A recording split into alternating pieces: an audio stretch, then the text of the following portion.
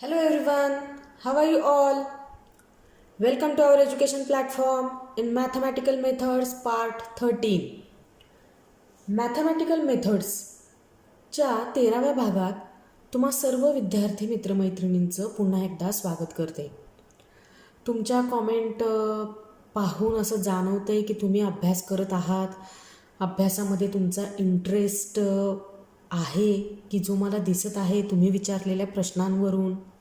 तर या 13व्या भागात आपल्याला फाइंड आउट करायचे आहे direction of resultant vector R bar. या आधीच्या व्हिडिओमध्ये काय शिकलो होतो आठवते का तुम्हाला? मी तुम्हाला शिकवला होता law of parallelogram of vectors, की ही एक जॉमेट्रिकल मेथड आहे व्हेक्टर्स ॲड करण्याची, की जिला आपण law of parallelogram of vector असं म्हणतो. हे तुम्हाला मी सांगितलं होतं, स्टेटमेंट सांगितलं होतं.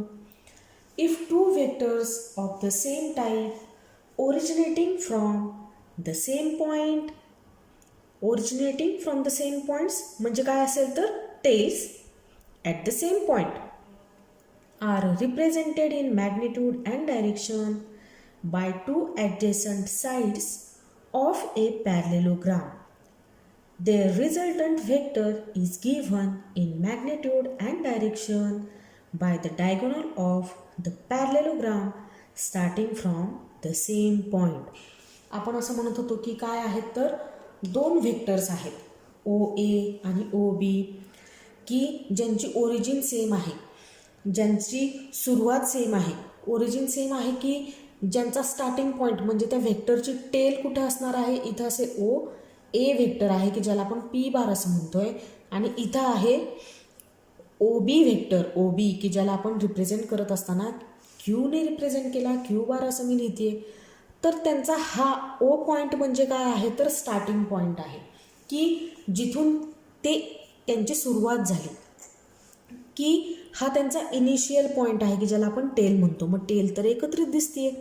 मग अशा दोन व्हेक्टरला ॲड करत असताना आपण या गोष्टीची काळजी घेतोय की हे दोन्ही व्हेक्टर सेम टाईपचे असले पाहिजे. मी बऱ्याचदा सांगते की सेम टाईप म्हणजे फिजिकल क्वांटिटी रिप्रेझेंट होत असताना जर पी बारने फोर्स रिप्रेझेंट केला असेल तर क्यू बारसुद्धा काय रिप्रेझेंट करतोय तर फोर्सच रिप्रेझेंट करतोय. अशा वेळेस आपण म्हणू शकतो की हे दोन व्हेक्टर्स काय आहेत सेम टाईपचे आहे. Means that two vectors representing same physical quantity, की त्या दोघांनी सेम फिजिकल क्वांटिटी रिप्रेझेंट केलेली असणार आहे. बरोबर आहे.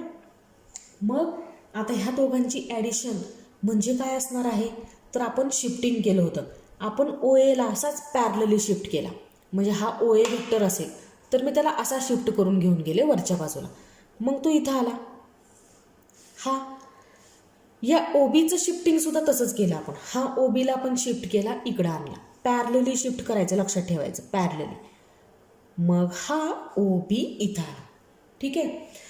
हे दोघं जिथं एकत्रित आले तिथं मी एक पॉईंट तयार केला सी, आणि ह्या ओ ए व्हेक्टरला म्हणजे पी बारला एक्सटेंड करून मी काय केला तर ह्या सी पॉईंटपासून एक नॉर्मल ड्रॉ केला. ठीक आहे. तो ह्या व्हेक्टर पीला जिथं कोइन्साइड होतोय तिथं मी लेबलिंग केलं डी. मग आता या दोन व्हेक्टरची ॲडिशन म्हणजे काय असेल तर हा बघा तुम्हाला तयार झालेला दिसला ओ ए सी बी. हा एक पॅरलेलोग्राम तयार झालेला तुम्हाला दिसतोय. बरोबर आहे ना. मग या पॅरलेलोग्रामचा डायगोनल म्हणजे कर्ण, समांतर भुज चौकोनाचा कर्ण म्हणजेच काय असतो तर ह्या पी बारची आणि ह्या क्यू बारची ॲडिशन असते. म्हणजे जर पॅरलेलोग्रामच्या दोन ॲडजेसंट साईड मी ॲड केल्या तर त्यांचा जो रिझल्टंट असेल, त्यांची जी इफेक्टिव्ह ॲडिशन असेल, जो टोटल इम्पॅक्ट असणार आहे, फायनल इम्पॅक्ट असणार आहे, तो म्हणजे काय असणार आहे तर रिझल्टंट असणार आहे, जो आपण कशाने रिप्रेझेंट करतो आरने रिप्रेझेंट करतो. बरोबर आहे. मग आता या दोन व्हेक्टरमध्ये असलेला जो अँगल आहे तो आपण रिप्रेझेंट केला थिटाने. बघा मी इथं केला आहे रिप्रेझेंट थिटाने.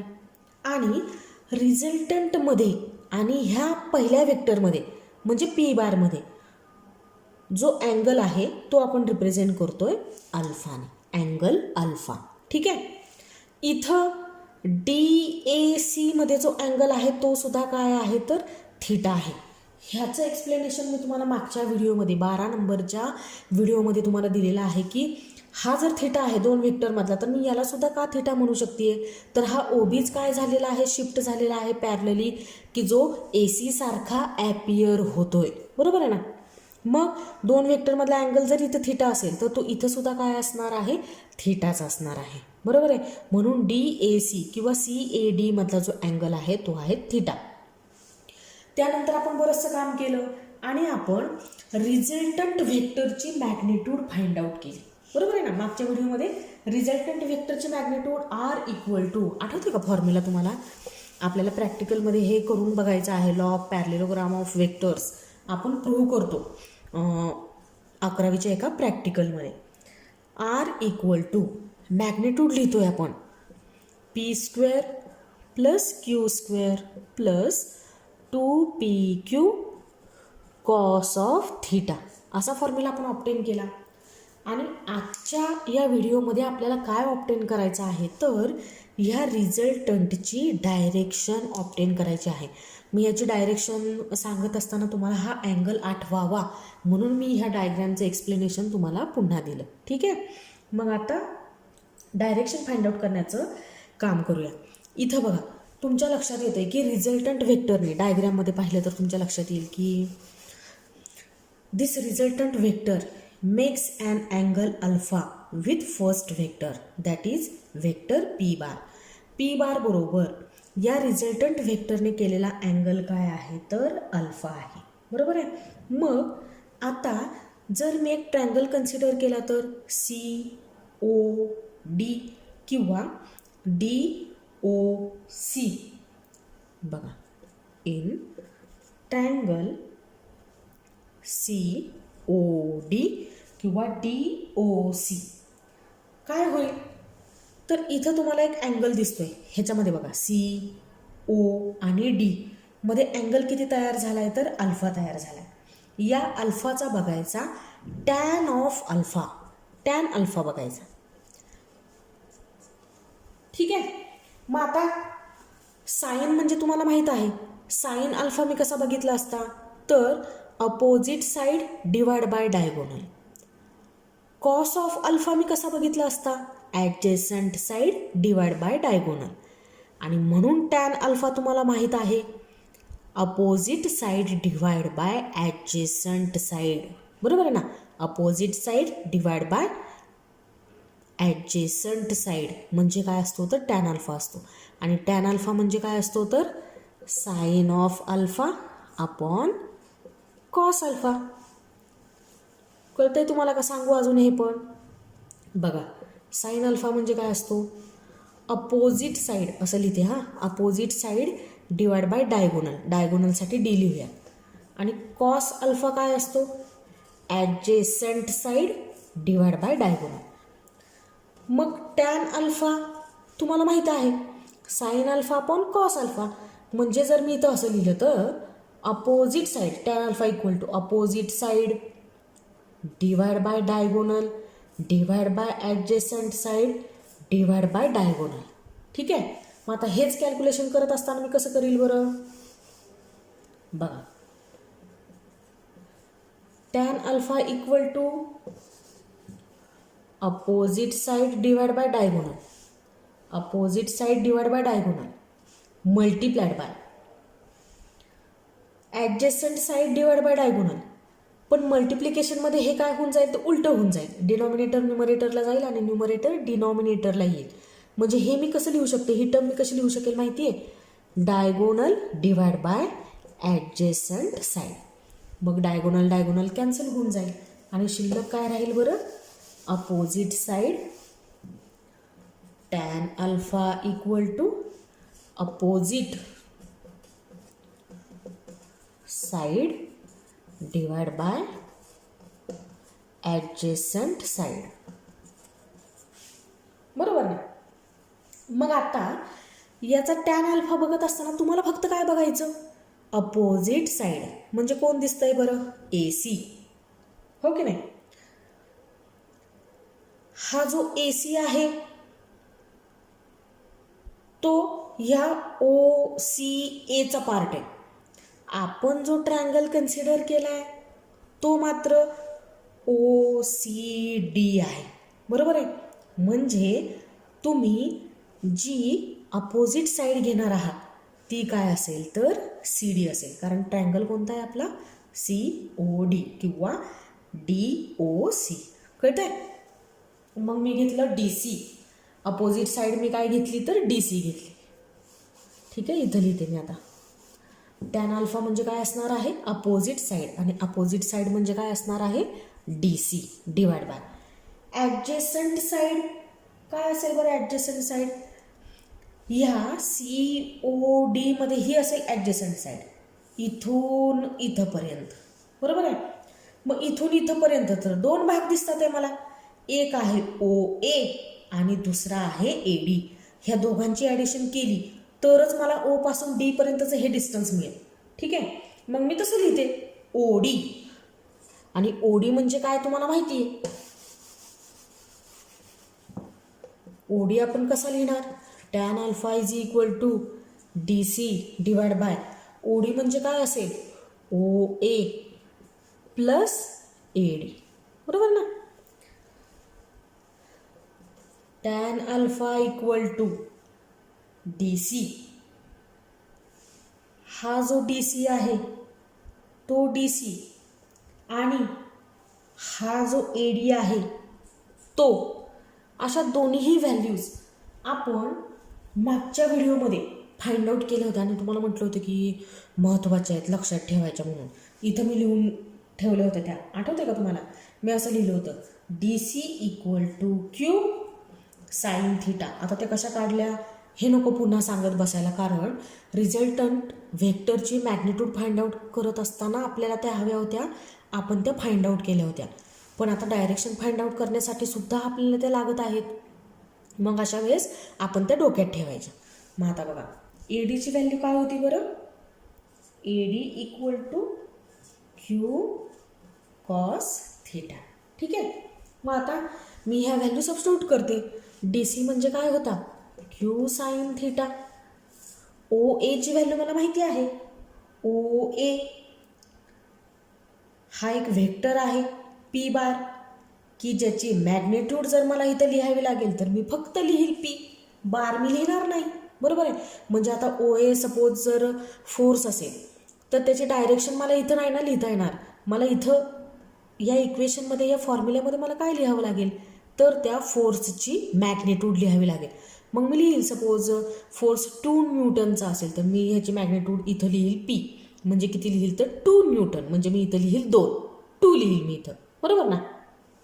मग बघा इथं मी लिहिला पी ओ एसाठी आणि ए डीसाठी मी काय लिहील तर क्यू कॉस ऑफ थिटा. बरोबर आहे. म्हणजे आत्ता जर तुम्हाला हा अल्फा फाइंड आउट करायचा असेल तर टॅन नको आहे. याचा अर्थ टॅन तुम्हाला राईट हँड साईडला घेऊन जावं लागेल. मग तो राईट हँड साईडला घेतल्यानंतर तुमच्या असं लक्षात येईल की तो डिनॉमिनेटरला जातो. पण मग अँगल असा डिनॉमिनेटरला लिहित नाहीत. म्हणजे 1/tan अल्फा असं नाही लिहायचं. बरोबर ना. 1/tan असं नाही लिहायचं. टॅन इन्व्हर्स असं लिहायचं. बघा हा अल्फा, हा टॅन लेफ्ट हँड साईडचा राईट हँड साईडला शिफ्ट करावा लागतोय. कारण तुम्हाला टॅन अल्फा नाही फाइंड आउट करायचा, तुम्हाला फक्त अल्फा फाइंड आउट करायचा. आणि अल्फा फाइंड आउट केल्यामुळे तुम्हाला काय मिळेल तर हा रिझल्टंट व्हेक्टर नक्की चाललाय कुठं? तो इकडं चाललाय, इकडं चाललाय, इकडं चाललाय, कुठं चाललाय? या रिझल्टंट व्हेक्टरची तुम्हाला काय मिळणार आहे? डायरेक्शन मिळणार आहे. बरोबर आहे. म्हणून त्या थिटाची टॅन ही व्हॅल्यू नको आहे तुम्हाला. टॅन थिटा अँगल तुम्हाला नको आहे. तुम्हाला फक्त अल्फाच फाइंड आउट करायचा आहे की जो तुम्हाला रिझल्टंट व्हेक्टरची डायरेक्शन देणार आहे. मग टॅन नको आहे. मग मी असं म्हणते की टॅन कसा लिहायचा? Tan inverse. माझं use of logarithmic table part 2 असं जे लेक्चर आहे त्या लेक्चरमध्ये तुम्हाला साईन कॉस टॅनच्या व्हॅल्यूज कसे फाइंड आउट करायच्या, तो जो थिटा आहे तो कसा फाइंड आउट करायचा आणि त्यांचे इन्व्हर्ससुद्धा कसे फाइंड आउट करायचे हे मी त्या लेक्चरमध्ये शिकवलेलं आहे. तर ते लेक्चर तुम्हाला पाहायचं आहे. म्हणजे तुम्हाला अल्फाची व्हॅल्यू फाइंड आउट करता येईल. ठीक आहे. मग alpha equal to tan inverse आणि मग ब्रॅकेटमध्ये लिहायचं Q sine theta upon P plus Q cos of theta. ठीक आहे. हा थिटा म्हणजे काय असणार आहे तर दोन व्हेक्टरमधला अँगल असणार आहे. Angle between P bar and Q बार.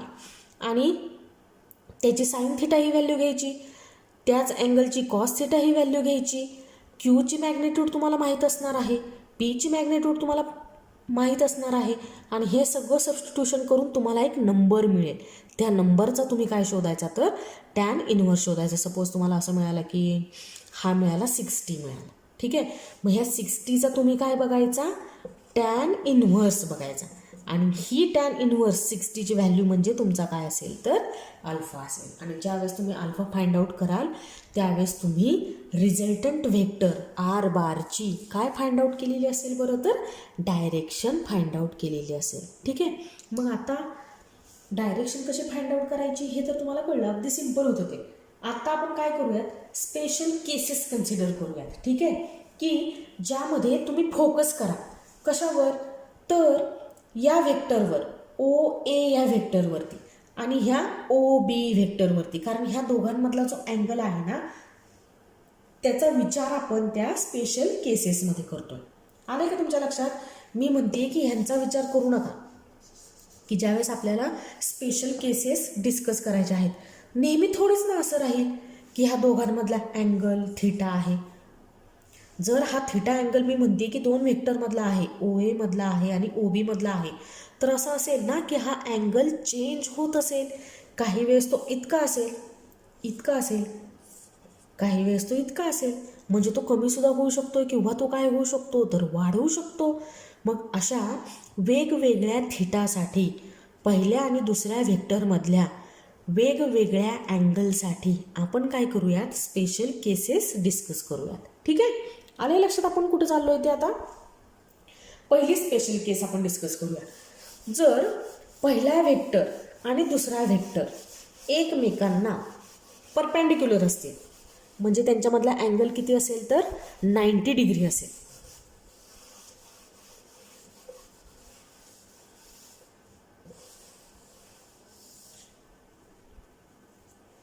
बघा इफ पी बार पहिली केस आपण डिस्कस करूया. स्पेशल केसेस असं म्हणते म्हणजे तुमच्या लक्षात येईल. तुम्हाला परीक्षेमध्ये स्पेशल केसेसशी संदर्भात थेरॉटिकल प्रश्न विचारला जात नाही.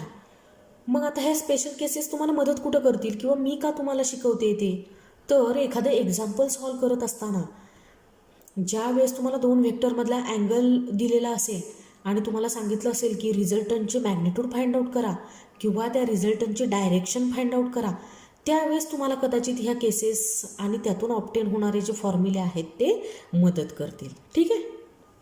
मग बघा आता पहिली केस आपण डिस्कस करूया. If P bar and Q bar are mutually perpendicular to each other. Mutually perpendicular असं ज्यावेळेस म्हणतो ना त्यावेळेस मला असं म्हणायचं असतं की पहिल्या व्हेक्टरने दुसऱ्या व्हेक्टरबरोबर 90 डिग्रीचा अँगल केला आहे, तसंच दुसऱ्या व्हेक्टरने पहिल्या व्हेक्टरबरोबर सुद्धा 90 डिग्रीचाच अँगल केला आहे. म्हणून त्याला आपण म्हणत असतो म्युच्युअली परपॅन्डिक्युलर. ठीक आहे. If P bar and Q bar are mutually perpendicular to each other then theta equal to काय झाला 90 डिग्री झाला. हे आठवते का तुम्हाला. हे बघा आता अशी डायग्राम काढते. हा आपला ओ ए व्हेक्टर आहे. मी त्याला कशाने रिप्रेझेंट केला बरं पी बारने. हा आहे आपला ओ बी व्हेक्टर. मी कशाने रिप्रेझेंट केला क्यू बारने. पण मी आता हे ड्रॉ करत असताना असे ड्रॉ केले की इथं त्यांची टेल कशी येणार आहे एकत्रित येणार आहे आणि त्यांचा अँगल कसा असेल तर त्यांच्यामधला अँगल असेल 90 डिग्री. त्यांच्यामधला अँगल 90 डिग्री असणार आहे. ठीक आहे. अशी एक केस आपल्याला त्यांनी दिली की पी बारमधला आणि क्यू बारमधला angle between vector P bar and vector Q bar is equal to 90 degree. अशा सिच्युएशनमध्ये फॉर्म्युला काय बरं तयार होईल रिझल्टंटसाठीचा. तर बघा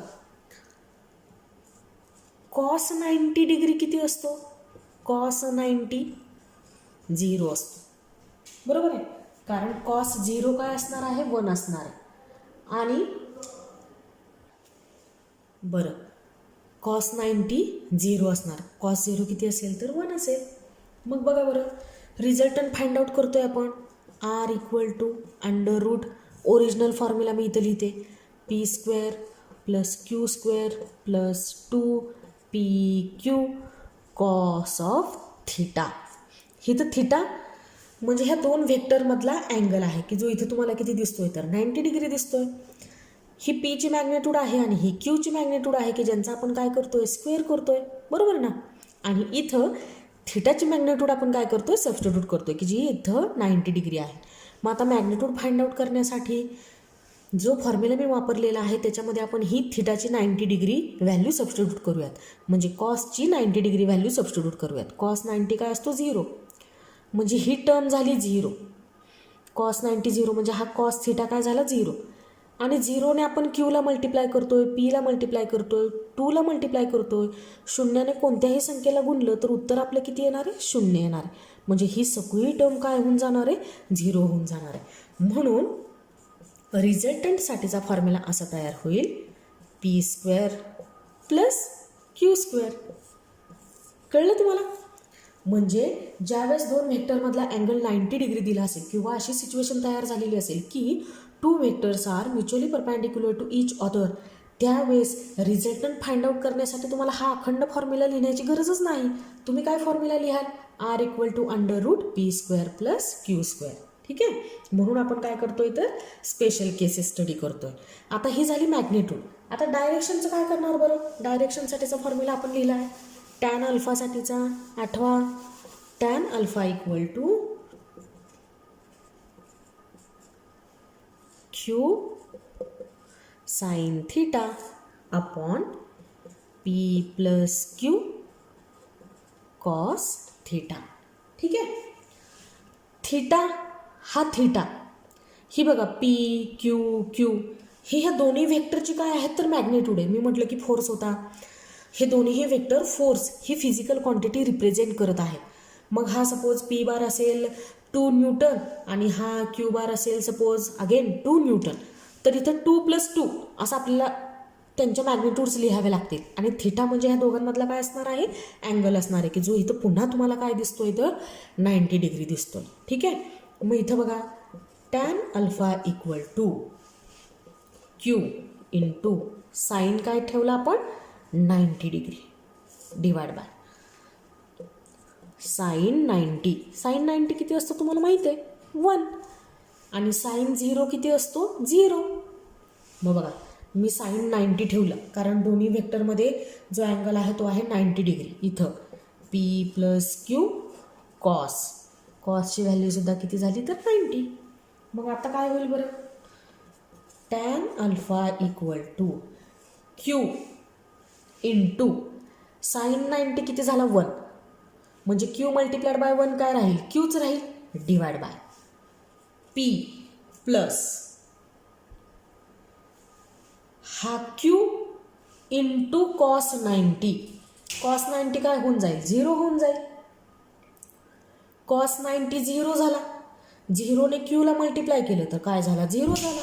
म्हणजे इथं काय झाला तर पी प्लस 0 म्हणजे टॅन अल्फाची व्हॅल्यू काय येते आपली तर क्यू अपॉन पी. बरोबर आहे. मग आता तुम्हाला टॅन अल्फा नाही फाइंड आउट करायचा. तुम्हाला फाइंड आउट करायचा काय तर अल्फा फाइंड आउट करायचा. मग टॅन पुढे घेऊन जायचा राईट हँड साईडला घेऊन जायचा tan inverse Q upon P. बरोबर आहे.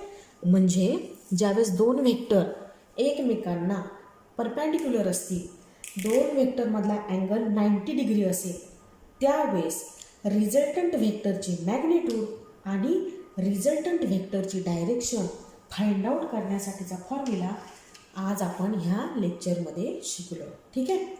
अजूनही 2 केसेस आपल्याला डिस्कस करायच्या आहेत त्या आपण पुढच्या लेक्चरमध्ये करूया. तोपर्यंत घरातच राहा सुरक्षित राहा. थँक्यू. बाय.